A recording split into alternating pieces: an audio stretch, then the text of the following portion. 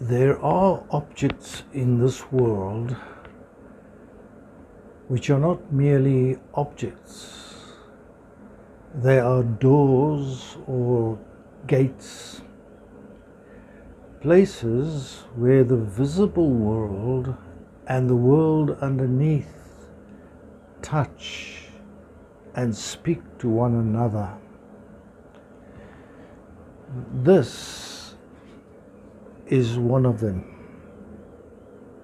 I did not design this.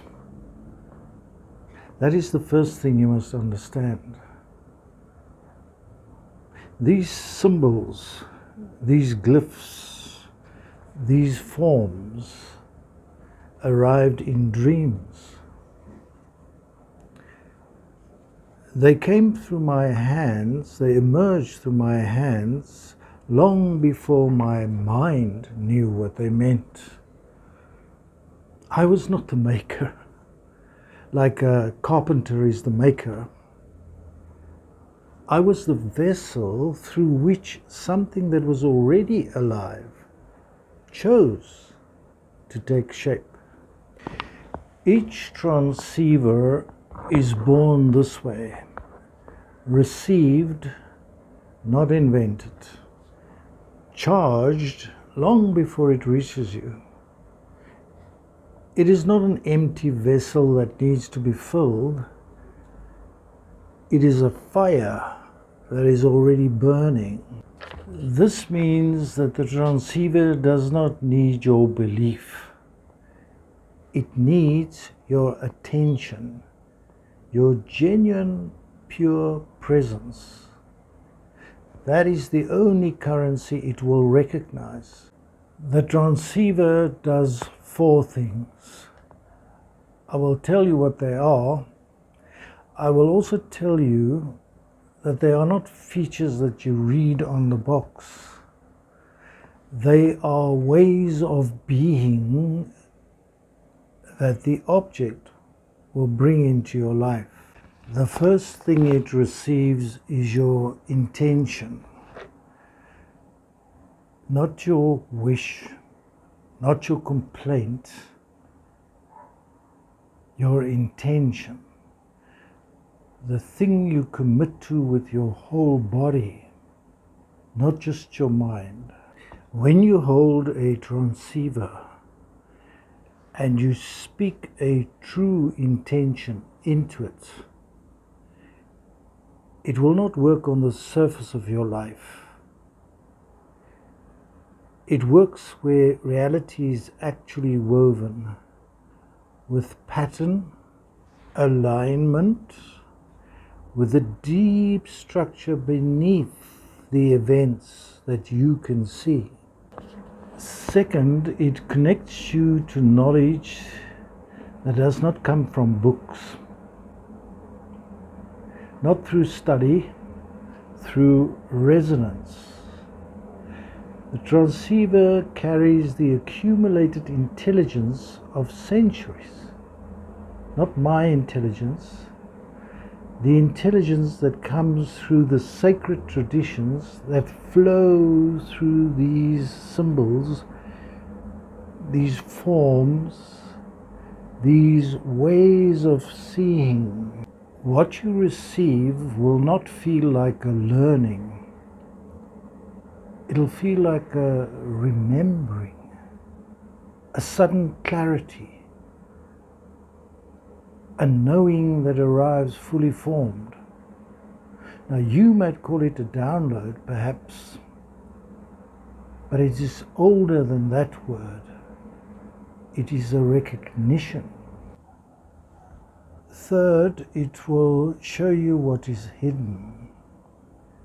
Place a transceiver in a room, in a relationship, in a business, in a crisis, and it will start to read the field beneath the field. It'll show you the patterns that you cannot see, the accumulated or the energetic accumulations, the root cause which your logic has been circling around but never touching. It does not speak in words. It speaks in shifts, in dreams, in the way a room feels different after 3 days, in a way that you suddenly see what you could not see before. And fourth, perhaps most quietly, it heals. Even when you're not looking at it, even when you have forgotten it is there, the transceiver radiates coherence. It stabilizes what is chaotic. It restores balance to disrupted spaces slowly, steadily, like water wearing stone. You do not operate it, you do not switch it on, it simply is. And because it is, the space around it begins to remember what wholeness feels like. I need to say something important now. You do not use a transceiver, you do not master it, you do not make it do what you want. You relate to it. The quality of your listening determines the quality of what you receive.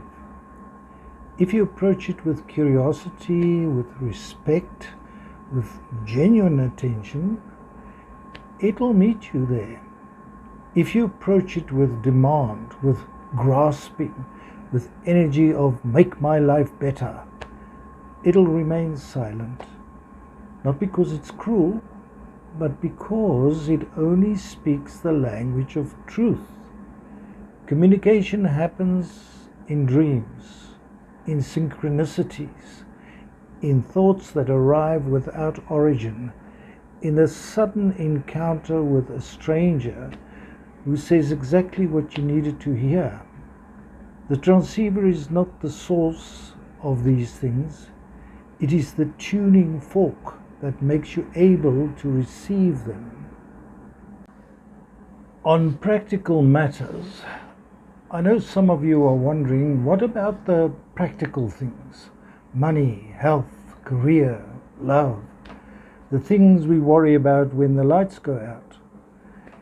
Here's what I've learned about these objects.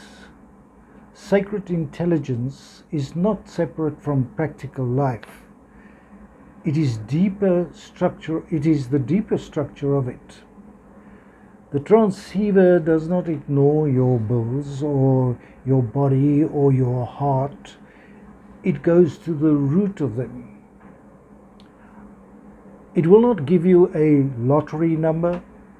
It will not magically erase your debt, but it will shift the ground beneath your feet so that what grows there is real and lasting and true to you.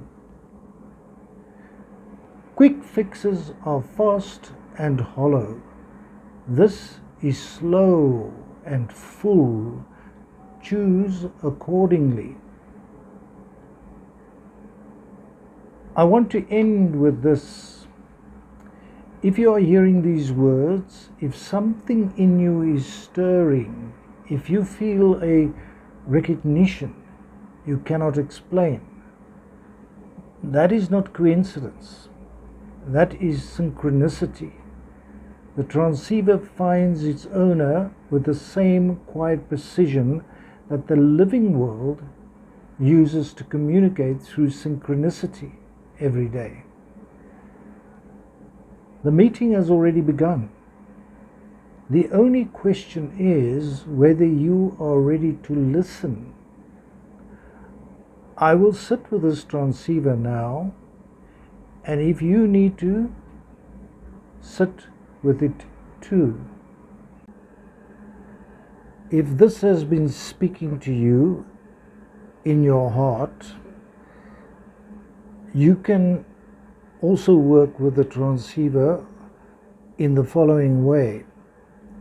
You can send me your situation, your problem, your issue in the comments below, and then I will sit with the transceiver on your behalf with your problem and your situation.